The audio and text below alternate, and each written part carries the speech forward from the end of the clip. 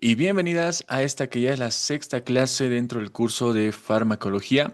Espero que hayan tenido una excelente semana, un excelente fin de semana, que hayan podido ir a relajarse un poco, que hayan podido estudiar, que hayan podido imprimirse las presentaciones y revisar las grabaciones, también que se hayan podido imprimir las flashcards y todo el contenido que les estuve enviando durante la semana. Y nada, hoy vamos a comenzar y vamos a hablar de un tema muy bonito dentro de la farmacología, que son los AINES. Los vamos a ver desde el principio hasta el final y si nos da tiempo también vamos a hablar un poco de la prueba final de la que les estuve hablando al principio durante las primeras clases. Y nada, doctores, me confirman por favor que pueden escucharme de forma correcta.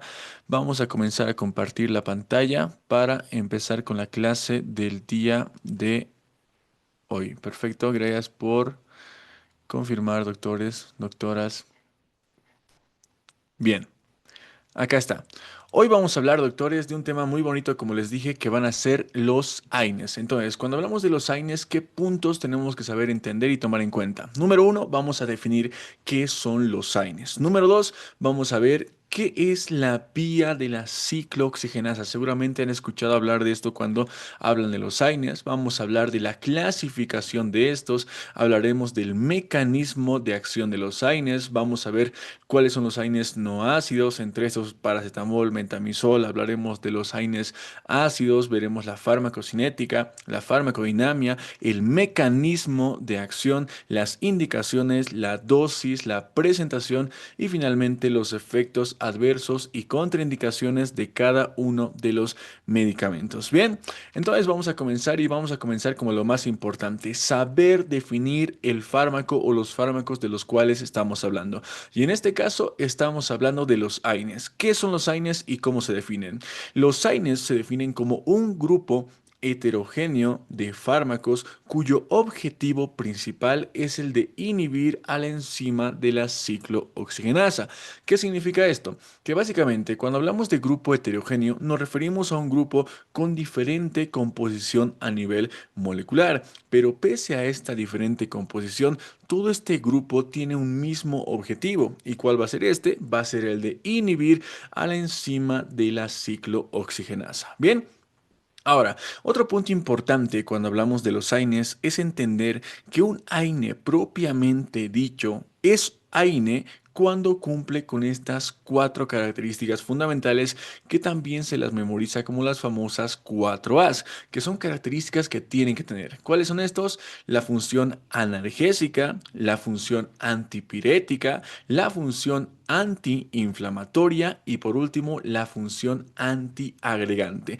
Todos y cada uno de los AINES propiamente dichos tienen que cumplir estas cuatro funciones: analgésica, antipirética, antiinflamatoria y antiagregante. Si un AINE no cumple con alguna de estas cuatro As, directamente no se lo puede llamar un AINE. Y justamente sirve para eso, para aliviar el dolor, para aliviar la fiebre, para desinflamar justamente las lesiones donde está ocurriendo la lesión en el paciente y también como antiagregante, como lo veremos más adelante. Bien, entonces, como vemos acá, el principal objetivo de todos estos AINES va a ser el de inhibir a la vía de la ciclooxigenasa. Por ende, tenemos nosotros que entender qué es la vía de la ciclooxigenasa. Y esto realmente probablemente sea lo más importante que tengan que tener durante toda la clase. Si esto lo entienden, van a ver que lo demás va a ser muy sencillo, pero esto tenemos que entenderlo al 100%. Bien.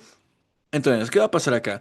Que dentro de nuestros tejidos nosotros constantemente en el día a día estamos sufriendo diferentes y haciendo diferentes movimientos y acciones y demás. ¿Y qué pasa? Que nuestra musculatura, las células de nuestro cuerpo constantemente están con procesos de atrofia, hipertrofia, hiperplasia y demás. ¿Ya que me voy con todo esto? A que directamente los tejidos de nuestro cuerpo constantemente se están reparando y destruyendo, reparando y destruyendo, reparando y destruyendo constantemente. Ahora, ¿qué pasa acá? Que al ocurrir todo este proceso de destrucción a nivel de las células, lo que va a ocurrir es que a nivel de la membrana celular, principalmente puede ocurrir constantemente un daño, y este daño que es lo que provoca generalmente la liberación de la unidad fundamental de esta membrana. ¿Cuál es esta? Básicamente son los famosos fosfolípidos que son los que estamos viendo acá. Que ojo, esto es de forma fisiológica, es algo que pasa de forma normal. Ahora, ¿qué pasa acá? Que una vez que tenemos acá a los fosfolípidos, estos más adelante van a activar a esta que es la enzima fosfolipasa 2, que básicamente va a trabajar a partir de esta materia prima que son los fosfolípidos y posteriormente va a dar origen y va a descendir al famoso ácido araquidónico que es el que estamos viendo acá. Y este ácido araquidónico realmente es muy importante. ¿Por qué? Porque es el que se va a encargar de dar pie y dar origen finalmente a la famosa vía de la ciclooxigenasa que justamente se encargan de inhibir los AINES. Ahora, otro punto importante es que cuando hablamos de la vía de la ciclooxigenasa, dentro de esta vamos a encontrar dos tipos de vías que van a ser la COX-1 y la COX-2, también llamado ciclooxigenasa 1 y ciclooxigenasa 2. Ahora, cada una de estas realmente es muy diferente cuando actúan y lo vamos a explicar. Primero, si hablamos de la COX-1, esta, ¿qué es lo que va a hacer? Esta también recibe el nombre de vía intuitiva. ¿Por qué? Porque básicamente es la que actúa de forma fisiológica, en este momento la que está actuando en nuestro organismo. Por otra parte, cuando hablamos de la COX-2, nos referimos a todo lo contrario. Esta no es intuitiva y no está trabajando en este momento en nuestro cuerpo. Al contrario, es una vía inducida. ¿A qué me refiero con esto? A que necesitamos sí o sí un inductor que venga y active a esta COX-2 para que ésta comience a trabajar dentro de nuestro cuerpo. Entonces, entendiendo esto, básicamente ahora vamos a ver cómo es que actúa la vía de la ciclooxigenasa, que es la COX-1. Bien, entonces, esta COX, que es la ciclooxigenasa, ¿qué es lo que va a hacer? Esta se encarga de escindir y dar origen a los famosos endoperóxidos cíclicos. ¿Cuáles van a ser estos? Van a ser los famosos tromboxanos, las prostaglandinas y las prostaciclinas. Estos son realmente muy importantes. ¿Por qué? Porque cada uno realmente va a cumplir una función importante dentro de nuestro cuerpo y vamos a encontrar diferentes representantes. Cuando hablamos de los tromboxanos, tenemos acá el famoso tromboxano A2. Cuando hablamos de las prostaglandinas, encontramos a la prostaglandina E1, E2 y F2 alfa. Y cuando hablamos de las prostaciclinas, vamos a hablar de la prostaglandina I2. Bien. Entonces, cada una realmente va a cumplir una función en nuestro cuerpo y vamos a entender ahora cómo es que lo van a hacer. Primero, cuando hablamos de los tromboxanos, estos, ¿qué es lo que van a hacer? Van a actuar estimulando y aumentando la agregación plaquetaria, algo muy útil realmente para lograr una correcta hemostasia y coagulación dentro de nuestro organismo. Básicamente son los que van a venir acá cuando tenemos alguna pequeña microhemorragia, por ejemplo, en un momento al realizar un choque con otra persona o una caída que no sea muy grave. ¿Qué es lo que puede pasar? Que puede haber una pequeña microhemorragia en mi cuerpo. ¿Y para eso qué voy a requerir? Voy a requerir la presencia de plaquetas o trombos que vengan justamente acá, se agreguen a este nivel y posteriormente ayuden a esa correcta hemostasia y coagulación dentro de mi cuerpo. Para eso me van a servir la agregación plaquetaria. Ahora, otra función que van a cumplir los tromboxanos, ¿cuál va a ser?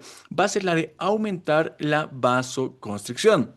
Y esto va a ir de la mano con la agregación plaquetaria, porque sí, si tengo un vaso sanguíneo que en este momento requiero que deje de sangrar, primeramente tengo que generar vasoconstricción y posteriormente después tengo que estimular la agregación plaquetaria para que finalmente esa hemostasia y coagulación se logre de forma correcta y de forma completa. Bien, ahora, cuando hablamos de las prostaglandinas, primeramente hablaremos de la prostaglandina E1, que tiene como primera función el aumento de la vasodilatación. Y sí, tiene mucho sentido porque mucho de algo realmente es negativo para nuestro cuerpo y tenemos que tener un equilibrio u homeostasis entre la vasoconstricción y la vasodilatación. Eso está bien.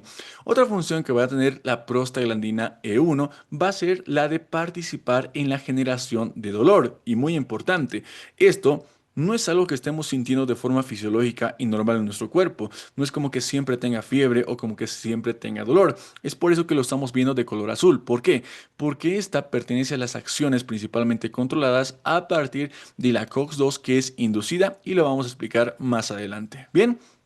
Ahora, otra función y probablemente la más importante de la prostaglandina va a ser participar a nivel del ducto arterioso, manteniéndolo abierto. Eso es muy importante. ¿Por qué? Porque el ducto arterioso es aquel que se encarga, en palabras sencillas, de comunicar el corazón derecho con el corazón izquierdo. Y esto realmente en este momento, cuando estamos nosotros viendo esta clase y yo dando la clase, no está abierto este ducto. Es normal que en la vida extrauterina se encuentre cerrado. Pero ¿cuándo no es normal que este ducto se encuentre cerrado? Pues durante la vida intrauterina. En ese momento se requiere que este ducto se encuentre abierto. Entonces también nos sirve mucho para esto las prostaglandinas, para mantener el ducto arterioso abierto. Van a ver que más adelante va a ser muy importante. Otra función también que tenemos acá en la prostaglandina E2 va a ser el aumento del tono uterino. Así es, a partir de la prostaglandina se puede aumentar el tono uterino. Y acá, por ejemplo, recordemos lo que vimos cuando hablamos de los fármacos gastrointestinales. Recuerdan que les dije que había un fármaco que era el misoprostol que podía ser abortivo, pero muchas veces también se lo utilizaba para la inducción del trabajo de parto. Justamente era a partir de este mecanismo, a partir de ser un agonista de las prostaglandinas. ¿Por qué? Porque una de las principales funciones de estas pues es aumentar el tono uterino o por ende las contracciones uterinas. Es lo que pueden hacer las prostaglandinas. Otra función también va a ser participar a nivel de dolor. Ya lo dijimos que esto es inducido. También pueden participar en la producción de la fiebre. Lo veremos a detalle más adelante. Otra función va a ser el aumento del tono uterino, como ya le dije, a partir también de la prostaglandina F2 alfa. Ahora, cuando hablamos de las prostaciclinas, estas también van a tener funciones muy importantes. Una, disminución de la agregación plaquetaria. Nuevamente, tenemos acá el equilibrio entre aumento de la agregación plaquetaria y disminución de la agregación plaquetaria. Otra función, ¿cuál va a ser? El aumento de la vasodilatación. Y esto es muy importante. ¿Por qué? Porque a partir de este aumento de la vasodilatación va a actuar como nefroprotector. ¿Por qué? Porque esta vasodilatación principalmente va a ocurrir a nivel de la arteriola aferente a nivel de los riñones, la que justamente se encarga de llevar toda la sangre y nutrientes a este nivel. Ahora, ¿qué pasa acá? Que los riñones realmente requieren que estén completamente vasodilatada esta arteriola aferente. ¿Por qué? Porque de esta forma puede recibir todos los nutrientes. Aparte de ello, esta es la que recibe el 20% de todo el gasto cardíaco a partir del bombeo de sangre que sale a partir del corazón. Entonces, es importante que estas prostaglandinas constantemente estén siendo liberadas dentro de nuestro cuerpo para mantener este equilibrio. Bien, ahora, aparte de ello, también esas prostaglandinas van a actuar mucho frente a la protección gástrica. ¿Por qué? Porque justamente es lo que les dije en la anterior clase que hacían las prostaglandinas. ¿Quién recuerda, doctores, qué funciones cumplían las prostaglandinas?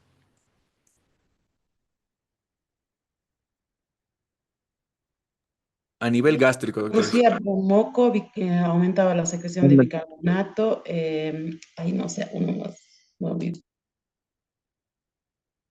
Excelente, doctora, excelente. Está muy bien.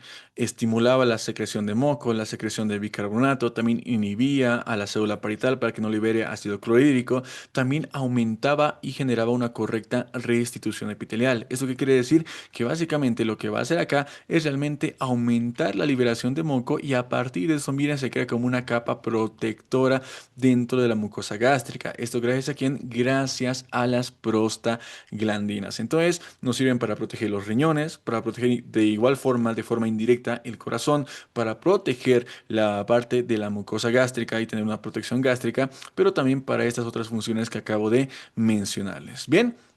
Ahora, muy importante, como les dije, tenemos dos que realmente no se acoplan acá, que van a ser la fiebre y van a ser el dolor, que básicamente se producen a partir de un inductor y ahora vamos a ver cómo es que va a ocurrir esto. Pero antes de ello quiero decirles que la COX-2, si bien es considerada inducida, es decir, que requiere necesariamente que alguien induzca la función de esta, realmente hay muchos estudios que determinan que tiene ciertas funciones que pueden ser intuitivas, funciones que pueden actuar a nivel del cerebro o a nivel del riñón. Pero la función más importante que quiero que entiendan es la función que cumple a nivel de los vasos sanguíneos. Porque sí, esta COX puede ser intuitiva a este nivel. ¿Cómo? A partir de la producción de prostaglandinas y a partir de la generación de vasodilatación. ¿Específicamente dónde? Específicamente en lugares donde ocurra un cizallamiento. ¿A qué me refiero con cizallamiento? A que básicamente miren esto.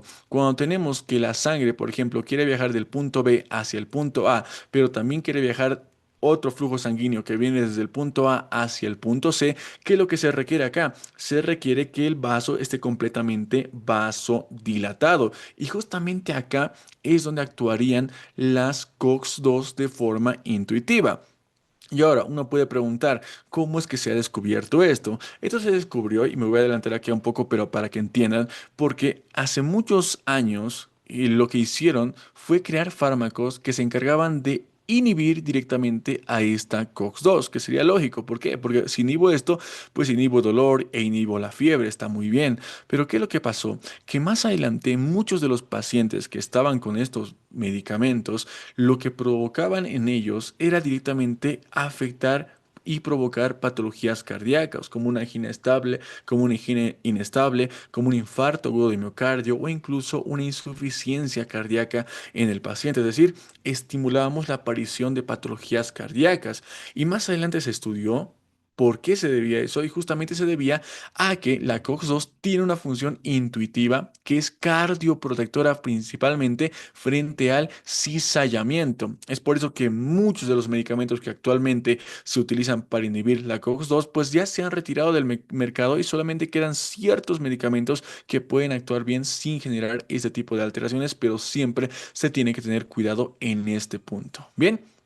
Entonces, de igual forma, lo más importante, como les dije, es a nivel de la fiebre y a nivel de dolor. Y ahora vamos a ver cómo es que actúa la vía de la ciclooxigenasa cuando existe un inductor que puede ser este. Miren, tenemos acá que en este caso el tejido ya no se encuentra sano, ya no se encuentra de forma fisiológica, sino tenemos a alguien que está generando un daño o una lesión dentro de la célula que va a ser el martillo que estamos viendo acá. Miren, si este martillo llega a producir daño y llega a producir lesión a este nivel, ¿qué es lo que va a producir? Va a producir directamente un daño masivo acá a nivel de la membrana celular. Y si la membrana celular se encuentra más dañada y con muchas más lesiones, ¿qué es lo que va a ocurrir? Que directamente los fosfolípidos van a verse aumentados en cantidad como estamos viendo acá. Y si estos se encuentran aumentados en cantidad, ¿qué es lo que va a pasar? Que la fosfolipasa va a tener mucho más trabajo a partir de esta materia prima y por ende más adelante se va a producir grandes cantidades de ácido araquidónico y por ende estimularíamos mucho más al trabajo de quién, al trabajo de la ciclooxigenasa 1. Pero acá ya vemos una gran diferencia, que no solamente está haciendo esto de forma fisiológica, sino que existe un inductor que está provocando esta estimulación. Y por ende debería trabajar pues la COX-2. Pero ¿cómo es que la COX-2 se llega a activar? Eso lo vamos a ver a continuación. Miren, tenemos acá nuevamente al tejido y tenemos que este ha sufrido un daño bastante tremendo a este nivel, lo que ha estimulado la liberación de fosfolípidos y también de ácido araquidónico. Ahora, ¿qué va a pasar? Que a este mismo nivel se van a empezar a liberar diferentes citoquinas proinflamatorias, como cuáles, como la interleucina 1B, la interleucina 1, el factor de necrosis tumoral alfa y también la interleucina 6. ¿Y estas qué es lo que van a hacer? Estas justamente son las que van a venir y van a activar a la COX-2 y le van a decir, ¿sabes qué? Está trabajando solamente la COX-1 y este trabajo ya no le corresponde solamente a ella, porque esto no es intuitivo, esto ya es inducido, y hay un martillo que ha provocado ese dolor, entonces tienes que empezar a ponerte las pilas y tienes que comenzar a trabajar. Y es justamente ahí cuando la COX-2 también se empieza a activar y comienza a trabajar, generando principalmente ¿qué? Generando principalmente dolor, fiebre, inflamación y demás. Pero ¿cómo es que ocurre todo eso? Lo vamos a ver a continuación. Miren, primeramente, cuando hablamos de la producción de fiebre en el paciente, Esto nace a partir de una combinación de ciertos componentes que van a ser los que van a aparecer acá. Primero, a nivel de la lesión han aparecido factores inflamatorios como la interleucina 1B, interleucina 1, factor de necrosis tumoral alfa y la interleucina C, que se encuentran igual a nivel de los vasos sanguíneos. Ahora, ¿qué pasa? Que aparte de ello también vamos a encontrar la liberación de la bradicinina y la histamina a este nivel, potentes vasodilatadores. ¿Qué van a hacer estos vasodilatadores? Directamente se van a encargar de aumentar los espacios de las fenestraciones a nivel del endotelio capilar y por ende facilitar la salida en primera instancia de la sangre al nivel de la lesión que va a salir a fin de tratar de reparar algo para llevar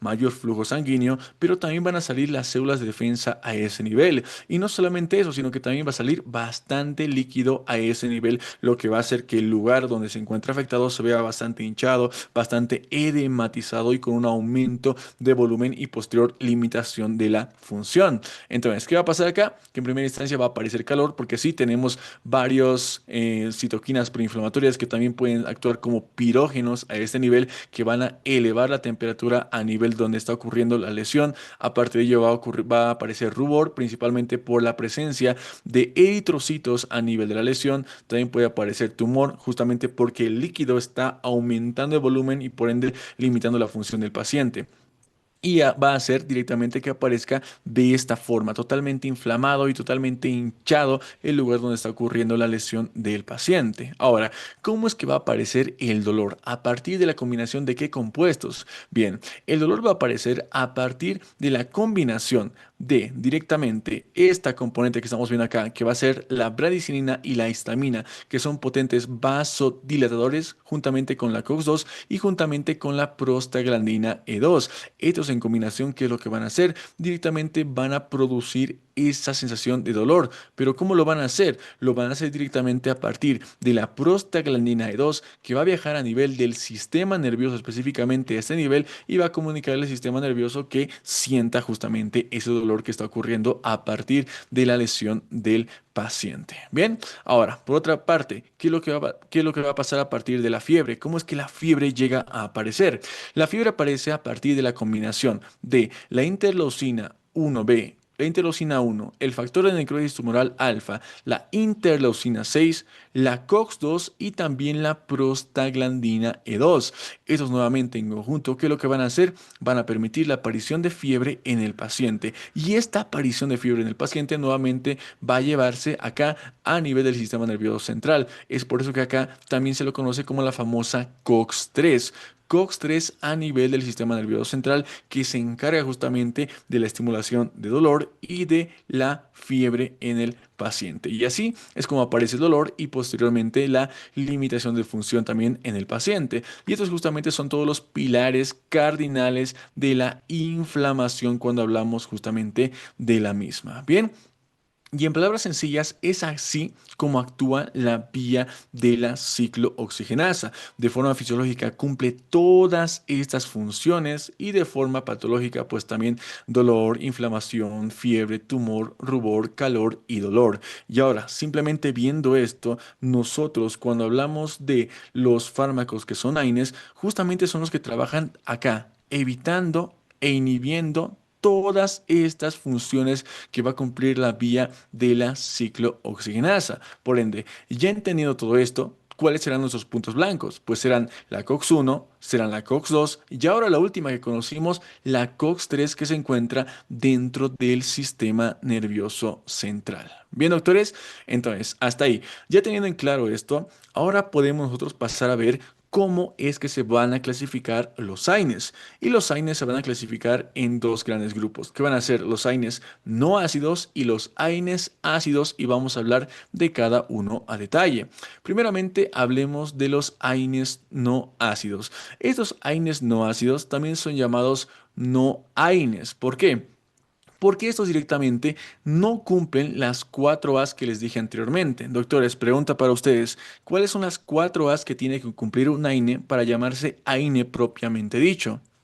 Antiinflamatorio, Analgésico, Antipirético, antiagregante plaquetario. y antiplanetario y antipirético.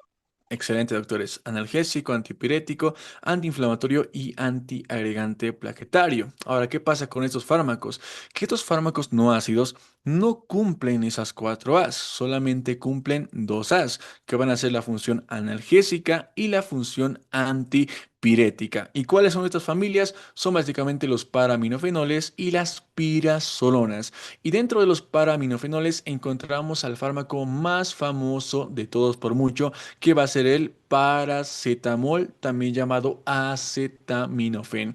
Paracetamol o acetaminofén. Y sí, no es un AINES, solamente es un analgésico antipirético no opioide. Bien, por otra parte, cuando hablamos de las pirazolonas, acá vamos a encontrar otro fármaco muy utilizado que va a ser el metamisol. Metamisol, también llamado dipirona. Bien, ahora, por otra parte, vamos a hablar de los fármacos ácidos. Estos sí van a cumplir las cuatro A's: analgésico, antipirético, antiinflamatorio y antiagregante plaquetario. ¿Qué medicamentos y familias vamos a encontrar acá? Vamos a encontrar cinco familias que van a ser los salicilatos, los ácidos propiónicos, los ácidos acéticos, los oxicams y los coxips. Primero, si hablamos de los salicilatos, doctores, acá vamos a encontrar a la famosa aspirina, también muy conocida. Si hablamos de los ácidos propiónicos, acá vamos a encontrar al ibuprofeno, al naproxeno y al ketoprofeno. Si hablamos de los ácidos acéticos, acá encontramos al diclofenaco, al ketorolaco y a la indometacina. Si hablamos de los oxicams, encontraremos al meloxicam y al piroxicam. Y por último, si hablamos de los coxips, vamos a encontrar acá al celecoxib, al rofecoxib y al heterocoxib. Todos estos son los medicamentos que forman la parte de la familia de los AINES. Obviamente estos no, pero realmente ¿por qué se los estudia acá? Porque su función se entiende mucho mejor cuando hablamos de la vía de la ciclooxigenasa y posteriormente se entiende en el sistema nervioso que se controla la función analgésica y la función antipirética, doctores. Bien. Entonces, ya entendiendo esto, pasemos a ver otra clasificación, y es que los AINES también se clasifican en AINES no selectivos y AINES selectivos. Los AINES no selectivos básicamente van a ser todos estos: los no ácidos como los paraminofenoles y las pirazolonas, pero también todos estos que estamos viendo acá: los salicilatos, los ácidos propiónicos, los ácidos acéticos y los oxicams. Por otra parte, ¿cuáles serían los fármacos AINES selectivos? Únicamente estos que estamos viendo acá, que reciben el nombre de coxibs: celecoxib, rofecoxib y heterocoxib. Una forma de recordar esta clasificación pueden hacerla a partir de esto. ¿Cuáles son los fármacos selectivos dentro de los AINES? Simplemente recordar: el celecoxib es un selectivo. Celecoxib selectivo porque básicamente se parece mucho al inicio. Celecoxib selectivo. Celecoxib selectivo, doctores. Bien, ahora, ya entendiendo esto, quiero que nosotros relacionemos todo lo que acabamos de entender con los efectos adversos que pueden aparecer dentro de cada uno y también entendiendo el mecanismo de acción, y va a ser bastante sencillo. Miren, primeramente, los no selectivos, como les dije, ¿qué es lo que van a hacer? Estos, como su nombre lo dice, se van a encargar de inhibir y bloquear de forma no selectiva tanto a la COX-1 como a la COX-2, es decir, tanto a la COX-1 como a la COX-2. Por otra parte, si hablamos de los selectivos, estos van a seleccionar a qué COX van a inhibir, principalmente a la COX-2, por todo lo que ya mencionamos anteriormente. Bien, entonces, dentro de los no selectivos, básicamente se encontrábamos a todos: aspirina, ibuprofeno, naproxeno, ketoprofeno, diclofenaco, ketorolaco, indometacina, meloxicam, piroxicam, naproxeno y el ketoprofeno. Pero un punto muy importante, miren acá: al paracetamol y al metamisol lo tenemos en un color bastante apagado, en un color plomo. ¿Por qué? Porque, como les dije, más que tener una función a este nivel, el paracetamol y el metamisol actúan específicamente acá, a nivel de la COX-3, como veremos más adelante. Bien, entonces, enfoquémonos primeramente en los medicamentos que estamos viendo acá. ¿Qué es lo que van a hacer? Van a inhibir tanto a la COX-1 como a la COX-2. Por ende, si inhibimos a la COX-1 y a la COX-2, ¿qué es lo que va a pasar? Inhibimos toda la función de los tromboxanos, toda la función de las prostaglandinas y toda la función de las prostaciclinas. Entonces, entendamos esto. Primero, si nosotros inhibimos, por ende, a los tromboxanos, supongamos, ¿qué es lo que va a pasar acá? Que vamos a inhibir la función de la agregación plaquetaria y también la función de la vasoconstricción. Y uno puede decir acá, pero realmente, como lo vimos hace un momento, la agregación plaquetaria es súper importante, al igual que la vasoconstricción. Nosotros no podemos inhibir solamente a los tromboxanos, pero sí se puede hacer, doctores, en ciertas situaciones. Por ejemplo, imaginémonos que tenemos a un paciente de la tercera edad o a un paciente adulto generalmente, que son los que utilizan estos medicamentos. ¿Qué es lo que pasa?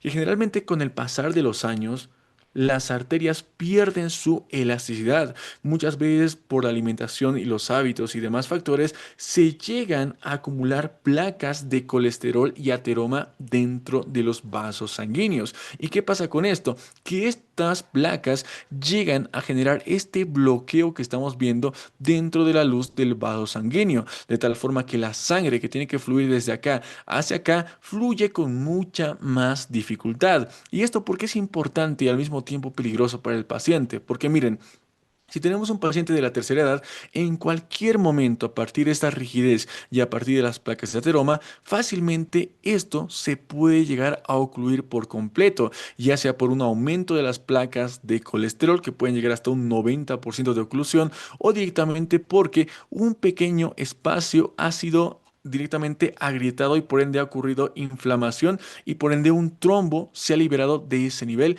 y por ende de igual forma podrían llegar a ocluir por completo esto. Entonces, ¿qué pasaría en el paciente? Por más que sufra una pequeña herida, está muy propenso a que cierre por completo este vaso sanguíneo. E imaginen, si sus plaquetas en ese punto están actuando de forma adecuada, ¿qué es lo que pasaría? Que miren, si tenemos esta oclusión, lo que va a pasar que cuando ocurra un pequeño sangrado a este nivel, por ejemplo, lo que va a pasar es que las plaquetas de su cuerpo se van a activar y van a venir directamente acá para hacer el cierre completo del vaso sanguíneo a fin obviamente de aliviar el vaso sanguíneo. Pero ¿qué es lo que van a hacer por el contrario? Por el contrario, lo que van a hacer, aparte de aliviar, va a ser directamente ocluir por completo este vaso sanguíneo.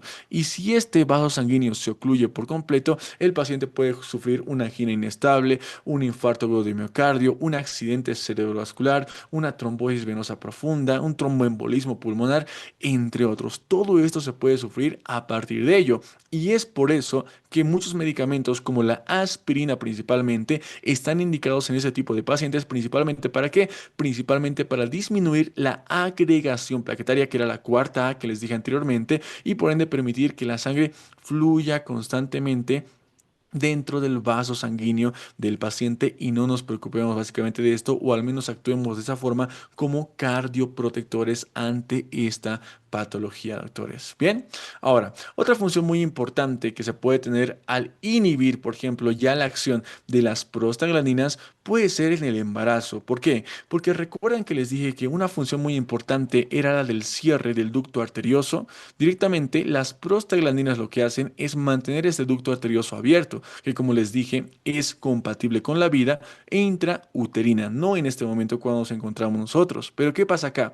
Que si tenemos una paciente gestante y esta paciente se encuentra en su semana 30, 32, 33 de gestación, ¿qué es lo que pasa? Que nosotros le podemos dar un medicamento que puede ser un AINE no selectivo y ¿qué es lo que puede hacer este? Puede directamente venir, puede por ende bloquear a esta liberación de prostaglandinas y puede bloquear a que este ducto se mantenga abierto. Y si esto se bloquea, ¿qué es lo que va a pasar? Va a pasar lo contrario, va a ocurrir un cierre del ducto arterioso. Y si se cierra este ducto arterioso, pues generalmente no es compatible con la vida intrauterina. Por eso no tenemos que utilizar ninguno de estos medicamentos no selectivos cuando hablamos de pacientes gestantes, porque podríamos provocar incluso un aborto en la paciente. Bien.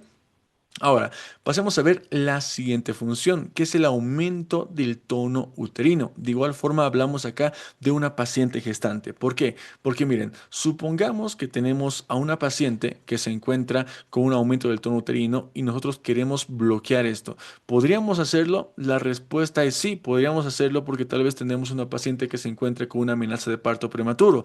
E incluso anteriormente se utilizaban muchos medicamentos AINES para este objetivo y algunos utilizamos o siguen utilizando principalmente este, que es la indometacina. Porque sí, si utilizamos la lógica, entenderíamos que a partir de esta indometacina, ¿qué es lo que podríamos provocar? Podríamos provocar una relajación del tono uterino a este nivel. Pero no tenemos que olvidar el otro efecto adverso que podríamos provocar. Es por eso que si ustedes buscan en los artículos y demás, van a entender y van a encontrar que la mayoría de los AINES directamente no están indicados durante el embarazo, por más que esta función diga que puede servir mucho como un tocolítico. Bien.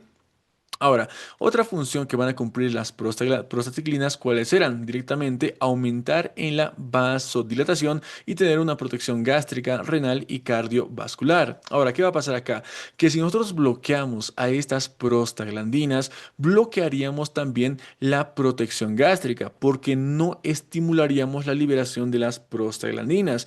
Y sin prostaglandinas no hay liberación de moco, de bicarbonato, no hay inhibición de las células parietales, ni tampoco una restitución correcta epitelial, de tal forma que la mucosa gástrica se quedaría sin esta protección previa que habíamos mencionado anteriormente. Y sin esta protección dentro de la mucosa gástrica, pues lo más probable es que llegue a ocurrir una inflamación en primera instancia y más adelante lesión dentro de la mucosa, es decir, gastritis. Bien, ahora, ¿qué es lo que pasa? Que esta gastritis no solamente se va a quedar ahí. ¿Por qué? Porque la lesión está ocurriendo en primera instancia a nivel de la mucosa, pero recordemos anteriormente que también inhibimos la agregación plaquetaria. Por ende, puede ser que la lesión siga avanzando y siga avanzando y puede llegar incluso hasta a nivel de la submucosa o incluso a nivel de la muscular, generando un sangrado incluso a nivel del estómago. Y este sangrado al mismo tiempo no podría detenerse porque no tenemos correcta agregación plaquetaria en el paciente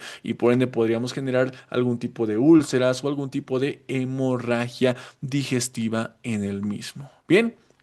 Ahora, cuando hablamos de la función a nivel renal, también dijimos que era importante porque mantenía correctamente permeable la arteriola aferente. Ahora, si esta se encuentra cerrada y se encuentra vasocontraída, ¿qué es lo que va a pasar? Directamente que podemos estimular incluso una insuficiencia renal en el paciente. Entonces, todos estos que estamos viendo acá son básicamente los efectos adversos que pueden hacerse evidentes cuando utilizamos estos medicamentos, principalmente alteraciones a nivel de la mucosa gástrica, úlceras gástricas, un cierre prematuro del ducto arterioso y una insuficiencia renal en el paciente. Bien, todo esto cuando hablamos de los AINES no selectivos. Ahora, si hablamos de los AINES no selectivos, pero de estos principalmente del paracetamol y el metamizol, como les dije, estos eran un punto aparte. ¿Por qué? Porque esos directamente no actúan acá a nivel de los tromboxanos, no actúan a nivel de las prostaglandinas, ni tampoco actúan a nivel de las prostaciclinas. Estos actúan específicamente acá a nivel de la COX-3, solamente cumpliendo qué funciones, cumpliendo la función analgésica y cumpliendo la función antipirética en el paciente. Bien.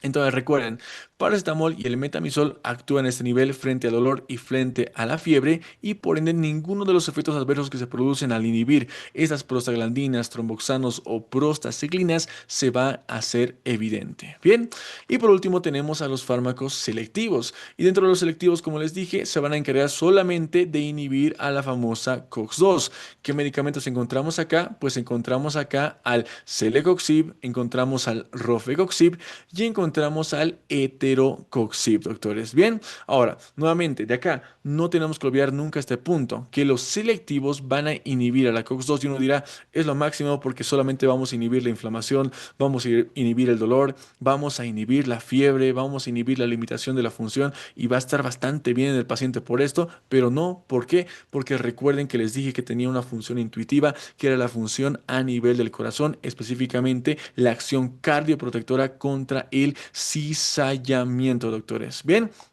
Entonces, todo esto realmente es muy útil cuando hablamos de los AINES. Y ahora, muchos ya sé lo que están diciendo tal vez en este punto, y es que realmente vale la pena utilizar los AINES sabiendo todos los efectos adversos que pueden llegar a producir. Miren, podemos producirle gastritis, podemos producir úlcera péptica, podemos producir una enfermedad renal en el paciente, podemos incluso inducir el aborto en el mismo.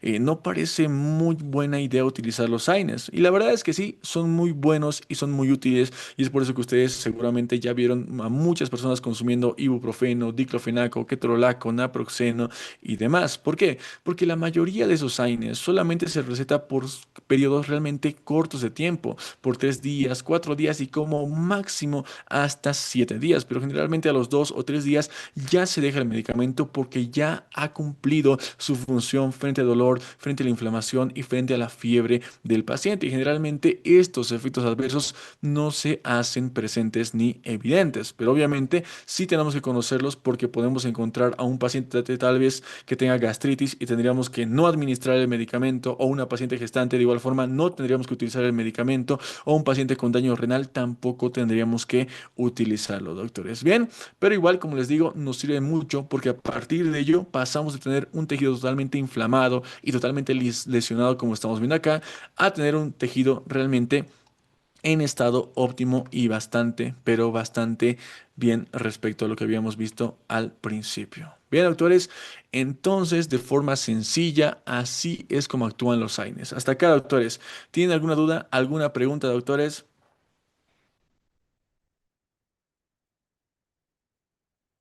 Doctor, Sí, doctor. dijo que la indometacina sirve es un tocolítico, dijo que se utiliza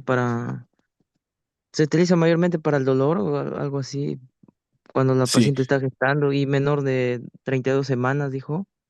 sí, más adelante vamos a hacer mucho más énfasis aquí, pero acá solamente quería darles como un pequeño adelanto. Por ejemplo, cuando hablamos de la indometacina, ustedes van a ver si es que ya rotaron o ya pasaron por hospital, que muchas veces la indometacina se lo utiliza como qué, como un tocolítico para evitar y justamente generar una relajación a nivel del útero. Y es que puede llegar una paciente, por ejemplo, que tenga una amenaza de parto prematuro y las contracciones se hayan presentado de forma prematura y requiramos justamente inhibir esas contracciones. ¿Cómo lo podríamos hacer? A partir de la indometacina que generalmente se aplica por vía rectal, que lo más probable es que siempre vayan a encontrar ustedes que se sigue utilizando. Pero si ustedes leen la literatura actual, leen los últimos artículos que han salido, pues la indometacina no estaría indicado principalmente por esto. Aún así, vamos a encontrar que hay ciertos tiempos en los que sí podemos utilizarlos y lo vamos a ver porque vamos a hablar de cada medicamento a detalle, doctores. No se preocupen de esa parte. Pero hasta acá. A ver, vamos a ver, doctor César. Doctor, perdón que le pregunte. De los no selectivos, doctor, el meloxicam, bueno, suele salir en los exámenes que es más selectivo por el COX-2 de todos los no selectivos. ¿A eso se referiría, doctor, o más o menos? El meloxicam y el Selectivos, piroxicam. meloxicam, doctor, es que los selectivos obviamente son selectivos solamente para COX-2, pero el meloxicam es no selectivo. Entonces, dice en el examen, ¿no? El meloxicam es más selectivo para COX-2. ¿Sería Sí, el sí, sí, único, sí. más o menos? Eso es correcto. Y igual en este momento lo vamos a ver porque vamos a hablar de cada medicamento, doctor. No se preocupen, vamos a hablar de cada medicamento a detalle. Pero si nos adelantamos un poco, el meloxicam y el piroxicam, si bien pertenecen a la familia de los coxib y son no selectivos, vamos a encontrar y vamos a ver más adelante que tienen una mayor afinidad a la COX-1 que a la COX-2. A la COX-2 que a la COX-1, perdón. Y justamente en ese momento tendría razón la doctora y lo vamos a ver más adelante, no se preocupen. A ver, doctor César dice, doctor, el paracetamol al no ser un AINE seguro en una mujer gestante, el paracetamol es muy seguro. Entonces los AINES que sí sirven para embarazadas serán el paracetamol y el metamizol y los selectivos, sí. Pero los selectivos tenemos que tener mucho cuidado principalmente con las patologías cardíacas, doctores. Pero el paracetamol es de los fármacos más seguros que se puede utilizar en una paciente gestante. No hay ningún tipo de problema. ¿Por qué? Porque actúa a nivel central, doctores, y por ende eso del cierre del ducto arterioso o aumento del tono uterino no se presentaría. Bien, doctores. No se preocupen, vamos a empezar entonces a ver cada uno de esos fármacos a detalles. Pero hasta acá, la parte del mecanismo se entendió, ¿no? Sí, creo que se entendió. Sí, Bien, doctor. doctores. Vamos a ver ahora cada fármaco a detalle.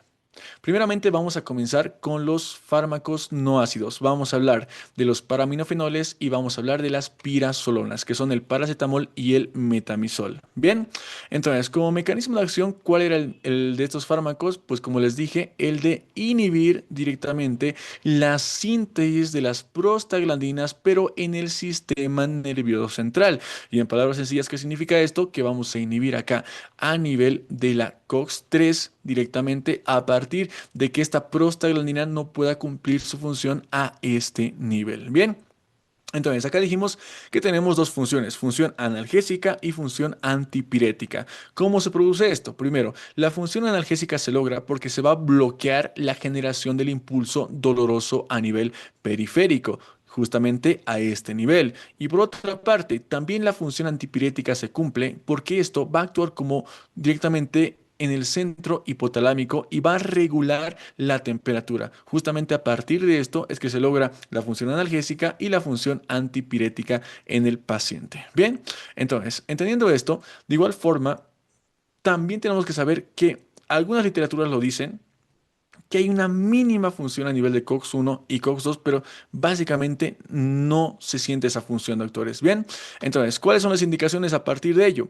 Las indicaciones van a ser, primero, dolor leve, porque sí, si es analgésico, es el primer medicamento que podemos utilizar cuando un paciente tiene un dolor bastante leve. Dolores leves como cuáles, por ejemplo, como por ejemplo una odontalgia, un paciente que tiene dolor de muelas sin inflamación, pues el paracetamol puede ser bastante ideal para calmar ese dolor de muelas. También, por ejemplo, si un paciente ha sufrido una caída de su propia altura, pues el paracetamol puede ser bastante ideal. De igual forma, si un paciente tiene una fiebre que no es bastante extrema, una fiebre leve de 38 grados, 37,9 y demás, el paracetamol va a estar bastante indicado. Por otra parte, si vemos que el paciente tiene una fiebre severa, tenemos que saber que el metamizol va a ser mucho más ideal frente a casos mucho más extremos cuando hablamos de un dolor leve a moderado. Entonces, si tenemos una fiebre severa, el metamizol va a ser mucho más ideal. Por otra parte, el paracetamol también va a actuar muy bien frente a artrosis, dolor a nivel de las articulaciones, también en el dolor posoperatorio. Ya acá, por ejemplo, podemos hablar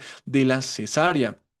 ¿Por qué? Porque generalmente, por ejemplo, cuando un paciente se somete a algún procedimiento quirúrgico, como por ejemplo una colecistectomía, una apendicectomía, si es que no son complicadas, o una cesárea generalmente, al finalizar todo esto y al día siguiente, la paciente cuando se va de alta, solamente se va de alta con su amoxicilina y con su paracetamol y es más que suficiente para que la amoxicilina la tome por 7 días, como por 7 días y posteriormente el paracetamol como mucho por 3 o hasta 4 días y la paciente va a estar tranquila y no va a presentar ningún tipo de dolor ni malestar. Para eso nos sirve también. Por otra parte, si el dolor realmente, la cefalea puede ser bastante intensa y puede generar migraña en el paciente, pues el metamizol va a ser más indicado.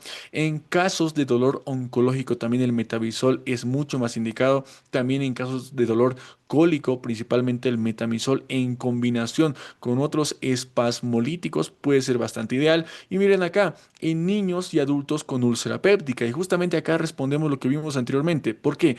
¿Por qué estaría indicado en niños y adultos con úlcera péptica y por qué lo estamos redundando acá? Porque justamente la función que dijimos que se cumplía a nivel de las prostaglandinas, pues acá ya no pasa absolutamente nada porque estamos actuando solamente a nivel central, entonces no nos preocupamos por los demás efectos adversos. Entonces, niños con úlcera péptica, con gastritis o adultos, se puede utilizar el paracetamol. Bien, ahora, ¿cuándo está contraindicado? Pues está contraindicado en una hipersensibilidad al medicamento, está contraindicado en una enfermedad hepática. Y principalmente, ¿por qué? Porque acá se utiliza mucho el citocromo P450 y muchos otros citocromos que pueden llegar a generar metabolitos tóxicos dentro del hígado y por ende más adelante generar un daño. Por ende, en estatosis hepática, cirrosis hepática no compensada y descompensada no se tiene que utilizar el paracetamol.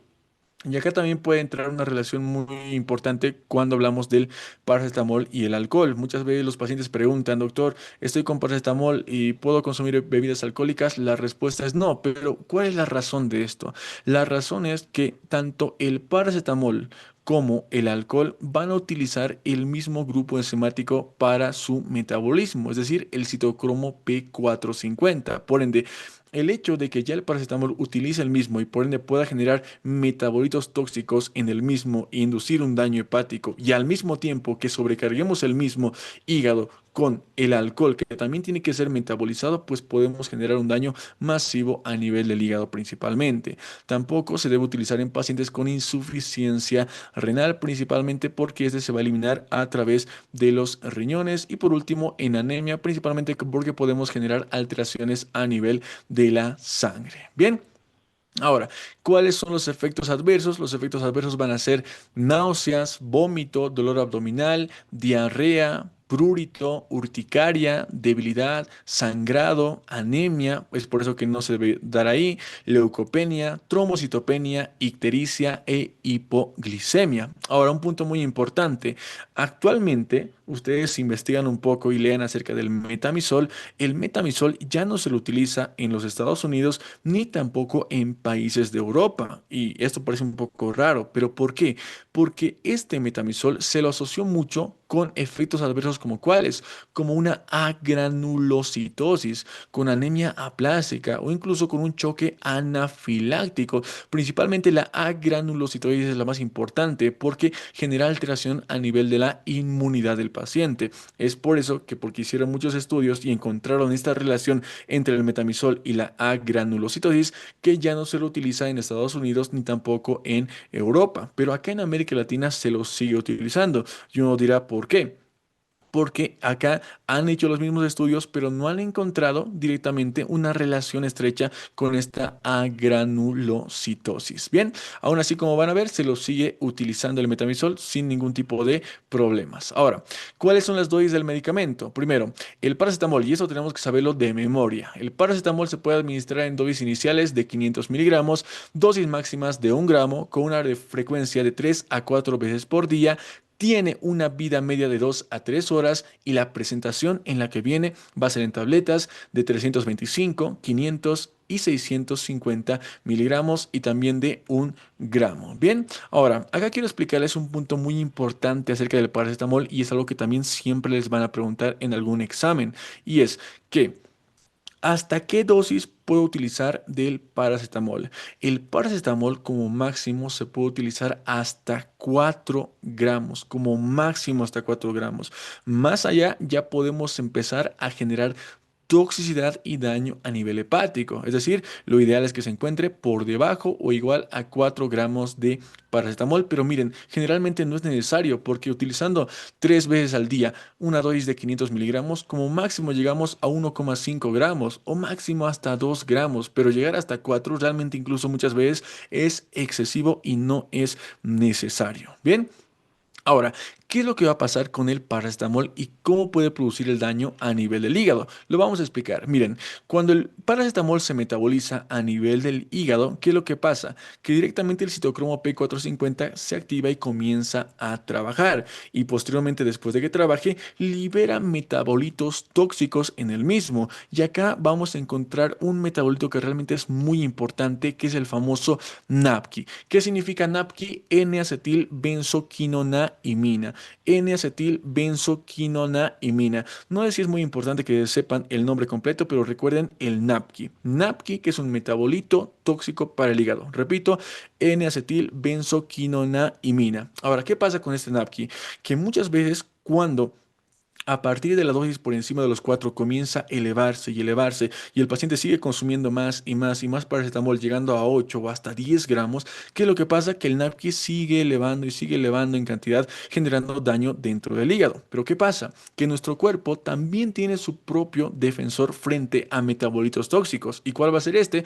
Va a ser el famoso glutatión, que es considerado por muchas literaturas como el padre de todos los antioxidantes. ¿Y qué es lo que va a hacer el glutatión? El glutatión lo que va a hacer es venir y va a encargarse de erradicar y eliminar al NAPQI para que no produzca más daño dentro del hígado. Pero ¿qué pasa? Que si el paciente sigue consumiendo más y más y más paracetamol, llega a 10, llega a 11 y demás, lo que va a pasar es que el glutatión va a llegar a un punto en que va a decir, ¿saben qué? Yo no puedo con tanto NAPQI, es mucho trabajo y directamente el NAPQI va a encargarse de defenderse y ya no va a poder hacer nada el glutatión. Y en ese punto, ¿qué puede pasar? Lo que puede pasar es que el NAPQI puede generar un daño realmente masivo a nivel del hígado, como les dije, generando esteatosis hepática, cirrosis hepática, entre otros. Bien, ahora, en este caso, ¿qué es lo que tenemos que hacer cuando tenemos un daño a nivel del hígado a partir de una intoxicación por paracetamol y por ende por ese NAPQI? Generalmente lo que se indica es el carbón activado. ¿Qué es lo que va a hacer el carbón activado?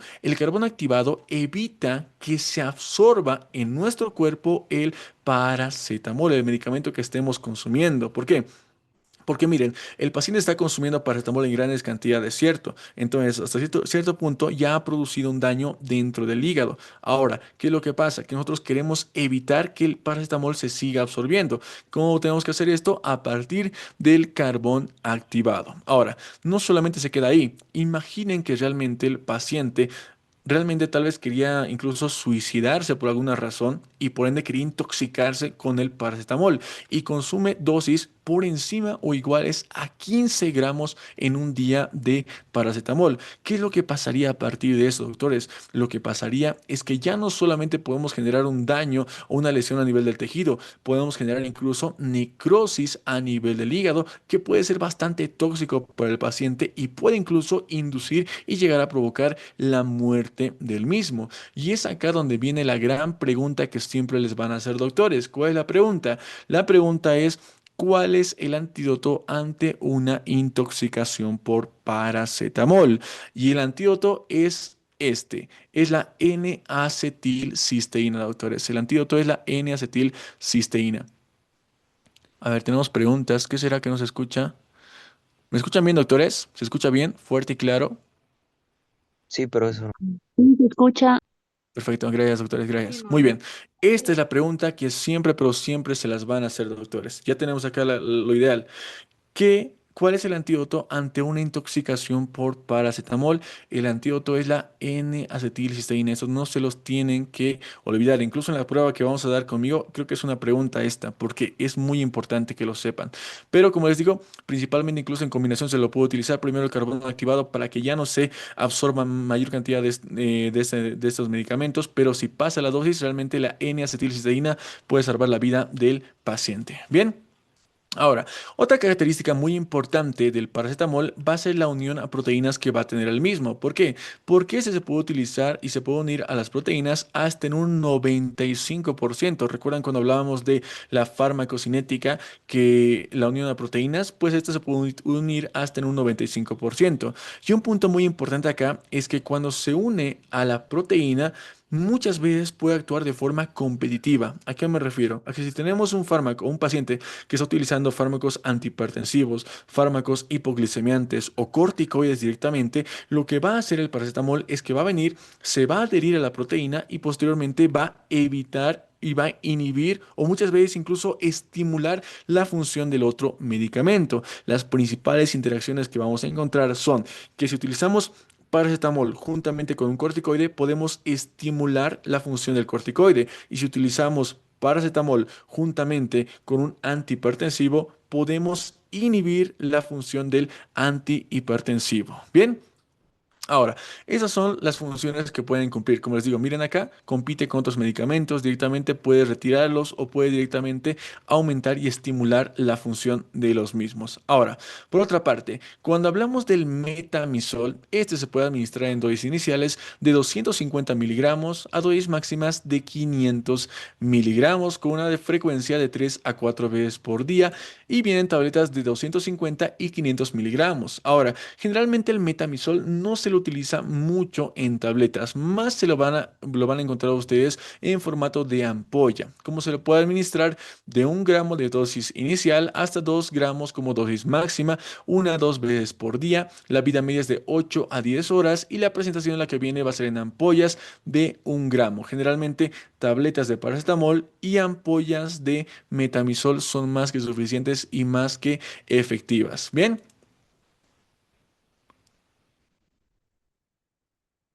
Vamos a ver si se escucha. ¿En qué dosis se debe utilizar la N-acetilcisteína, doc? La dosis en este momento no la recuerdo. Se las voy a compartir al finalizar la clase, doctora Pam, para que también ustedes lo tengan ahí presente y anotado la parte de la N-acetilcisteína. Bien, doctores. Entonces, hasta acá la primera familia cuando hablamos de los AINES. En este momento les busco la dosis porque no me quiero equivocar con ello y se las mando. Sí, doctores, pero hasta acá. ¿Tienen alguna duda, alguna pregunta, doctores, respecto al paracetamol y al metamizol? Como vieron, lo más importante es que este paracetamol y metamizol se lo puede utilizar en medicamentos que en pacientes que tienen justamente las afecciones que producían los efectos adversos de la mayoría de los medicamentos. No tienen que olvidar ello. Por lo tanto, se puede utilizar en pacientes con úlceras gástricas, con gastritis, sin ningún tipo de problemas. Doctor, Dosis una de metamizol pregunta. en niños, nuevamente eso, doctora, depende mucho de la talla y peso del paciente. Cuando es paciente pediátrico, no podemos tomar directamente dosis que sean de forma general. Doctor, una pregunta. Sabemos que el metamizol tiene efecto techo. En caso de los pacientes con dengue, ¿qué otro medicamento se le puede utilizar? Mm. Es muy buena pregunta. Igual vamos a ir hablando acerca de todos los medicamentos en un momento, porque cuando hablamos de pacientes, por ejemplo, que tienen infecciones virales, eso es importante porque cuando hablamos, por ejemplo, de medicamentos como lo vamos a ver más adelante, como la aspirina, el ibuprofeno, el diclofenaco o incluso el metamizol y el paracetamol, pueden agravar patologías cuando tenemos un paciente con dengue y con infecciones virales o infecciones parasitarias principalmente. Igual más adelante les voy a mostrar esa parte, les voy a explicar más a detalle, pero es un poco largo esa explicación, así que lo vamos a explicar más adelante, doctora, cuando hablemos de la aspirina y del ibuprofeno. Doctor, Muchas gracias, doctor. doctor, ¿Sí? una pregunta. Te dijo que con antihipertensivos el paracetamol no se podría aplicar, ¿no? ¿Inhibe? Es muy importante eso. Las interacciones más importantes que tiene el paracetamol van a ser con los corticoides y con los antihipertensivos. ¿Por qué? Porque cuando se lo utiliza juntamente con corticoides, estimulamos la acción de los corticoides y cuando utilizamos con antihipertensivos se inhibe. Ahora, nuevamente les digo, esto muchas veces no es muy relevante. ¿Por qué? Porque el paracetamol solamente se lo utiliza por 3, por 4 días como mucho, porque más adelante no tiene mucho sentido utilizarlo. Pero sí tenemos que tomar en cuenta eso, principalmente en pacientes que están con tratamiento de hipertensión arterial, por ejemplo. Podríamos disminuir la acción del antihipertensivo. Gracias, doctor. Excelente, doctores. Bien, entonces, doctores, con esto llegamos a la primera familia. Solamente hablamos de esta primera, doctores. Ahora vamos a hablar a detalle de todas estas demás familias, pero ya son las 7:06. Demos un descanso de 10 minutos, doctores. Volvamos a las 7:16 con la segunda parte. Sí, doctores, nos vemos entonces en 10 minutos, doctores.